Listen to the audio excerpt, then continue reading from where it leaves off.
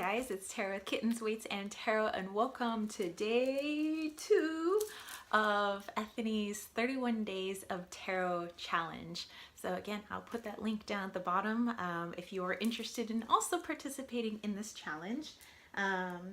Okay, so today's challenge is your top 5 tarot decks of 2017 and or 2016, because 2017's only been a few days in. Anywho, so yes, top 5 of 2016.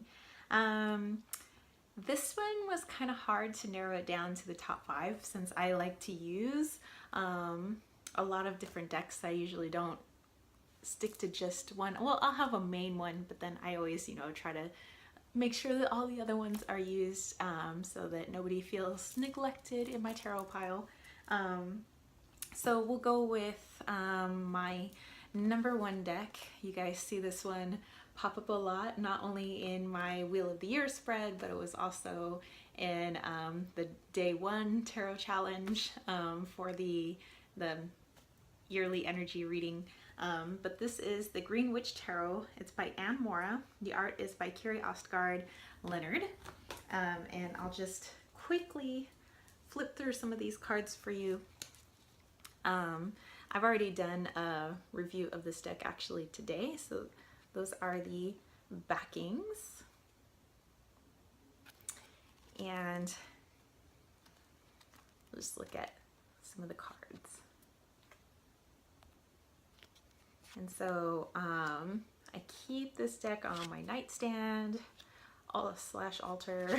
It goes with me wherever I go. It goes in my purse. I use it for my daily draws. I use it for pretty much everything right now. I just find there is such a connection to this deck, and so I kind of got it at the tail end of 2016, but basically hasn't left my side since it arrived in the mail. So there you go. So that is the Greenwich Tarot.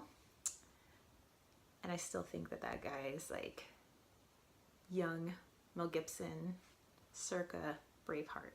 Anywho, so that is number 1. My number 2, let's see, let's get into the other one that I use quite a bit. This also does not get any dust collected on it, but is the UC or UC Pagan Otherworlds Tarot.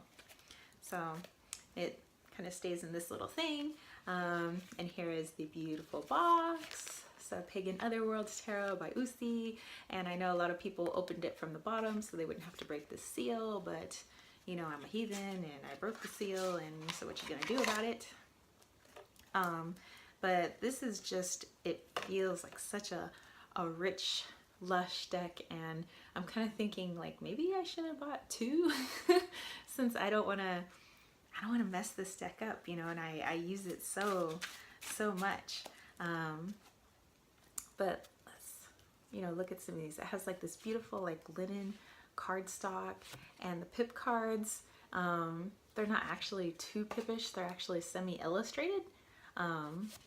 So I don't know, and the court cards, gorgeous. But yeah, this and it also has the different phases of the moons. It's very, very, very pagan, and I find the images to be just, yeah, this is kind of a toss-up between this one and my Greenwich Tarot as like what's my favorite of 2016.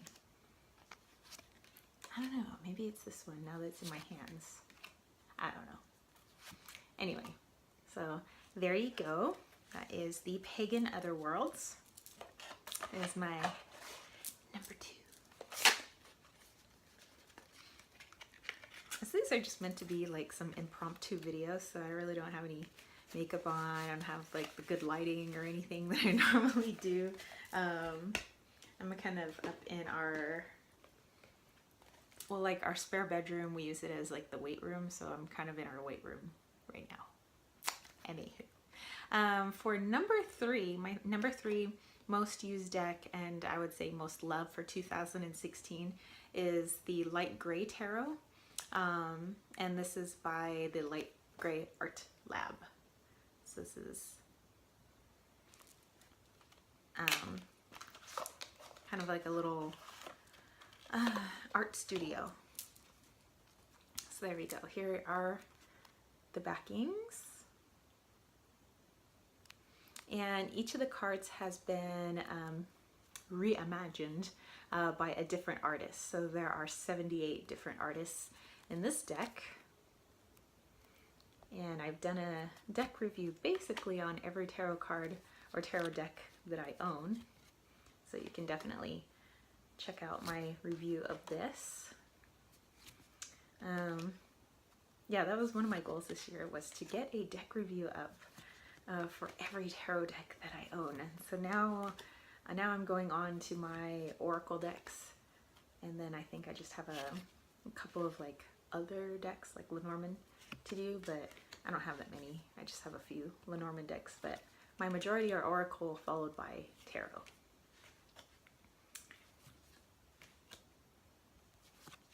And so there you go. That's the Light Gray Tarot. Okay, and so that is a fave of mine. It's also a favorite for client readings as well. Okay, so let me just put this away. I just have a thing where things need to be put away. You know, I can't just like toss everything to the side. Okay, everybody's got to go back in their home. Okay, my next most used deck this year is the Wild Unknown Tarot by Kim Krans, but this is the 3rd edition, the one that was mass published by Harper Elixir. So this was not put out by Kim Krans herself, but it was published and put out by Harper Elixir, and you can get this on Amazon. So this is the only edition I have. I don't have any of the previous editions. But anyway, I am happy. I'm happy I got this one. Better 3rd edition than no edition. So that's the backings there. All right, so here's our cards. We have Magician. And so it took me a while. Obviously, I've gone through 3 editions before I finally decided to pull the trigger and get this deck. And after I'd seen the images for a while, I was like, okay, I think I get it. But I don't know, sometimes things need to grow on you, and these images finally did grow on me in their simplicity. So I was kind of into like going through a Renaissance period. So not like a Renaissance woman Renaissance period, but more like as in the artwork Renaissance period. And there are quite a lot of decks that are like that. So once I finished my little Renaissance period, it was on to some different arty type decks, and this was one of them. Okay, so there is that. And my number 5. Number 5 deck of 2016 is the Buckland Tarot. So this is not, this is the one that they're still publishing that you can get for like $20 on Galdi Press's website. So this isn't the $200 like OG version, but I still like this version anyway. So I was a little apprehensive. I mean, I was waiting for this deck and waiting for this deck, and then when I finally got this deck, to me the cardstock is shit. But the images, the saturation is just gorgeous. I like the way that it was set up. I love the rounded edging. I love the size. It's perfect tarot size. It's just perfect. So I can deals with the floppy cardstock. So, but because it is floppy cardstock or flimsy cardstock, I am afraid to use it too much because I'm afraid oops, sorry. I'm afraid I'm gonna, you know, tear up the edges or bust it from overuse. So I don't know. Perhaps I'll buy a backup for this one.